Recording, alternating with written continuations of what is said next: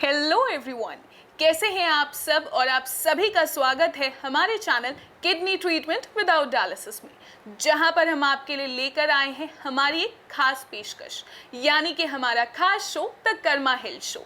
इस शो में हम आपके किडनी से जुड़े सभी सवाल, सभी कंफ्यूजन्स और सभी परेशानियों को दूर करने की पूरी कोशिश करेंगे। इस शो के दौरान हम अलग अलग डॉक्टर्स और डाइटिशियन से जुड़ेंगे, जो कि आपको आप अपनी किडनी को कैसे हेल्दी रखें इस बारे में गाइड करेंगे। हमारे आज के एपिसोड में हमारे साथ जुड़ी हैं कर्मा आयुर्वेदा की एक्सपर्ट डाइटिशियन आयुषी, जो कर्मा आयुर्वेदा में एक लंबे समय से काम कर रही हैं। हमारे शो में आने के लिए और हमसे जुड़ने के लिए आपका बहुत बहुत शुक्रिया आयुषी। तो चलिए अब समय खराब ना करते हुए सीधा हमारे टॉपिक पर आते हैं।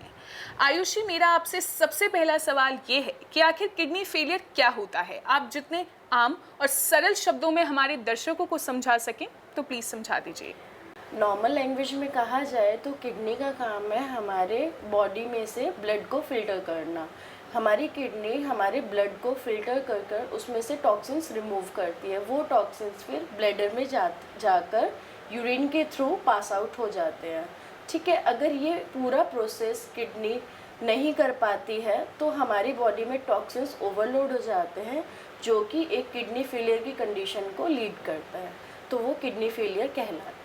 तो आयुषी ने आपको बेहद ही सरल शब्दों में बताया कि आखिर किडनी फेलियर क्या होता है। अब मेरा दूसरा सवाल आपसे आयुषी ये है कि अगर किसी का किडनी फेलियर हुआ है तो ऐसी कौन सी चीज़ें हैं जिन्हें कि वो अपनी डाइट में ले सकते हैं। अगर हमारा किडनी फेलियर हुआ है तो हमें डाइट में moderate protein according to their creatinine level, urea level and high potassium diet को अवॉइड करना होता है, जिससे कि हम इजी टू डाइजेस्ट फ्रूट्स ले सकते हैं, जैसे एप्पल है, पपाया है, पियर है, गुआवा है।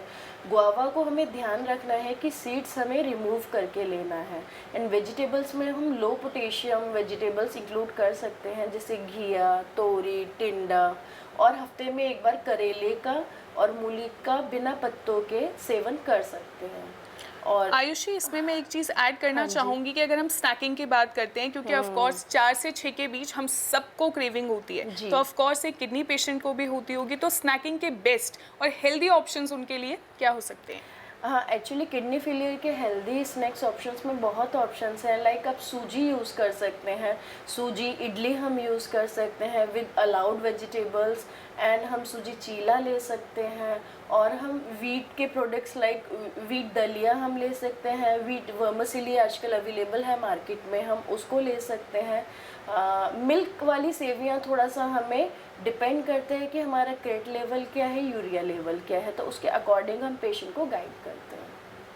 इसके अंदर आयुषी एक चीज़ और है कि नमक की अगर हम बात करें तो कहा जाता है कि किडनी पेशेंट को सेंधा नमक यूज़ करना चाहिए नॉर्मल नमक के बजाय। कितनी सही है ये बात। बिल्कुल सही है, क्योंकि हमें ना सोडियम लिमिट करना होता है, इसलिए हमारा अच्छा होता है कि हम सेंधा नमक का प्रयोग ज़्यादा करें खाने में। बट जो आपके डाइटिशियन, आपके डॉक्टर रिकमेंड करते हैं उतनी ही वैल्यू के अकॉर्डिंग आपको लेना है।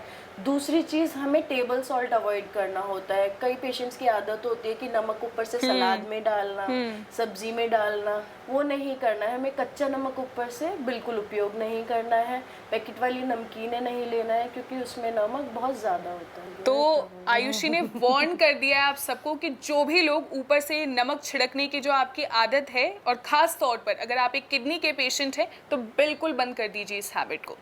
आयुषी, मेरा आपसे अगला सवाल ये है कि एक किडनी फेलियर जिन व्यक्ति का हुआ है, तो कौन सी चीज़ें हैं जो अवॉइड करनी चाहिए, या फिर कहूँ कि सख्त परहेज़ करना चाहिए उन्हें।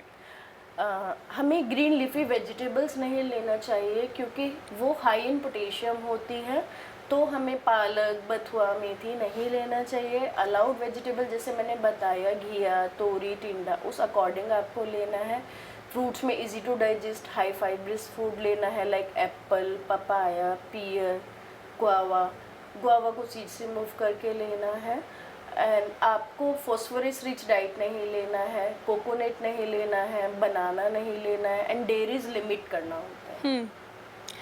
आयुषी, मेरा अगला सवाल जो है आपसे, वो बेहद एक अहम सवाल है कि अगर कोई महिला है और वो प्रेग्नेंट हैं और किडनी की पेशेंट है, तो उनकी डाइट किस तरह से अलग होगी क्योंकि प्रेगनेंसी के दौरान महिलाओं को खास ध्यान रखना होता है अपनी हेल्थ का, और वो तो एक किडनी पेशेंट हैं, तो उनके लिए डाइट कितनी अहम हो जाती है? एक्चुअली इन प्रेगनेंसी भी डिपेंड करता है कि पेशेंट की स्टेजेस क्या हैं, पेशेंट के पैरामीटर्स क्या हैं। क्योंकि अगर पेशेंट प्रेग्नेंट लेडी अगर नॉन डायलिसिस है तो हमें देखना होता है कि उसका क्रेटिनाइन लेवल कितना है, यूरिया लेवल कितना है, उसके अकॉर्डिंग हम उसका प्रोटीन रिक्वायरमेंट मॉडरेट करते हैं, क्योंकि हम बिल्कुल स्टॉप तो नहीं कर सकते हैं। ठीक है, अगर दूसरी तरफ देखा जाए कि पेशेंट डायलिसिस पर है तो हमें उसकी प्रोटीन रिक्वायरमेंट और बढ़ानी है, तो तब हम आराम से उसकी प्रोटीन रिक्वायरमेंट मीटअप कर सकते हैं।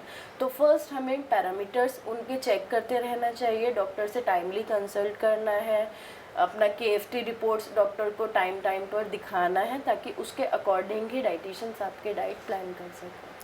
तो अगर आप एक प्रेग्नेंट महिला हैं और किडनी की पेशेंट हैं, तो आयुषी ने बताया कि आपके लिए बेस्ट होगा कि आप अपने डॉक्टर से कंसल्ट करके ही अपनी डाइट को लें। इसके बाद आयुषी, मेरा आपसे अगला सवाल है कि क्या एज ग्रुप के अकॉर्डिंग भी डाइट अलग होती है? उदाहरण के लिए अगर एक 16 साल का लड़का है, वो किडनी का पेशेंट है, वहीं पर एक 50 साल का व्यक्ति किडनी का पेशेंट है, तो डाइट कैसे अलग होगी? डेफिनेटली हम पेशेंट की age and choice and food acceptance के अकॉर्डिंग हम डाइट में चेंजेस कर सकते हैं। बट जैसा कि हमने हमेशा कहा है कि पैरामीटर्स बहुत मैटर करते हैं किडनी पेशेंट्स के, तो हम पैरामीटर्स ध्यान रखेंगे। वहीं यंग एज है तो उसका ओल्ड एज से ज़्यादा एक्टिविटी लेवल होगा, तो ऑफ कोर्स एक्टिविटी लेवल को हम देखेंगे, लाइक सेडेंट्री वर्कर है, मॉडरेट वर्कर है, यंग की कैलोरीज रिक्वायरमेंट बहुत ज़्यादा होती हैं। तो according to parameters, according to activities and of course age group के अकॉर्डिंग चॉइसेस हम डिपेंड करता है उसके पैरामीटर्स पर, उसके अकॉर्डिंग हम प्लान करें। तो अगर आप जैसे कुछ चीज़ें बता दें कि अगर 16 साल का लड़का किडनी का पेशेंट है तो किस तरह की चीज़ें डाइट में ले सकता है, वहीं एक ओल्ड एज, एक 50 साल का व्यक्ति है, वो क्या चीज़ें ले सकता है? यंग एज है तो डेफिनेटली हमें थोड़ा सा अट्रैक्टिव डाइट उनके लिए रखना होता है, लाइक स्नैक ऑप्शन सब दे सकते हैं। क्योंकि किडनी पेशेंट्स का क्या होता है कि रिस्ट्रिक्शंस वैसे ही डाइट में बहुत ज़्यादा होते हैं, तो हम उनका देखते हैं कि अगर पेशेंट एक्टिविटीज़ ज़्यादा करता है, यंग पेशेंट है, तो हम उसको थोड़ा हाई कैलोरीज अमाउंट रखते हैं। लाइक अगर उसका क्रेटिनिन यूरिया ठीक है तो हम उन्हें पनीर रेसिपीज़ दे सकते हैं, स्नैक्स में हाई कैलोरीज आइटम्स दे सकते हैं। और दूसरी तरफ ओल्ड एज पर्सन है, एक्टिविटीज़ ज़्यादा नहीं है, और अगर वहीं वो ओबीज है, तो अकॉर्डिंग टू कैलोरीज हम डिवाइड कर देते हैं। तो आज के एपिसोड में बस इतना ही। आज हमारे साथ जुड़ी थी कर्मा आयुर्वेदा की एक्सपर्ट डाइटिशियन आयुषी, जिन्होंने, मुझे पूरी उम्मीद है कि आपके सभी किडनी से जुड़े कन्फ्यूजन्स को डेफिनेटली दूर किया होगा। हमसे जुड़ने के लिए आपका बहुत बहुत शुक्रिया आयुषी। तो अंत में मैं हमारे दर्शकों से यही कहना चाहूँगी कि घबराना नहीं है, बस आपको कुछ खास बातों का ध्यान रखना है, एक सही डाइट को फॉलो करना है जैसा कि आयुषी ने बताया, और आप अपनी किडनी को बिल्कुल हेल्दी रख सकते हैं। तो आज के लिए बस इतना ही। हम फिर मिलेंगे और आपसे जुड़ेंगे एक नए एपिसोड में एक नए एक्सपर्ट के साथ। तब तक के लिए अपना ख्याल रखें, हेल्दी रहें। नमस्कार।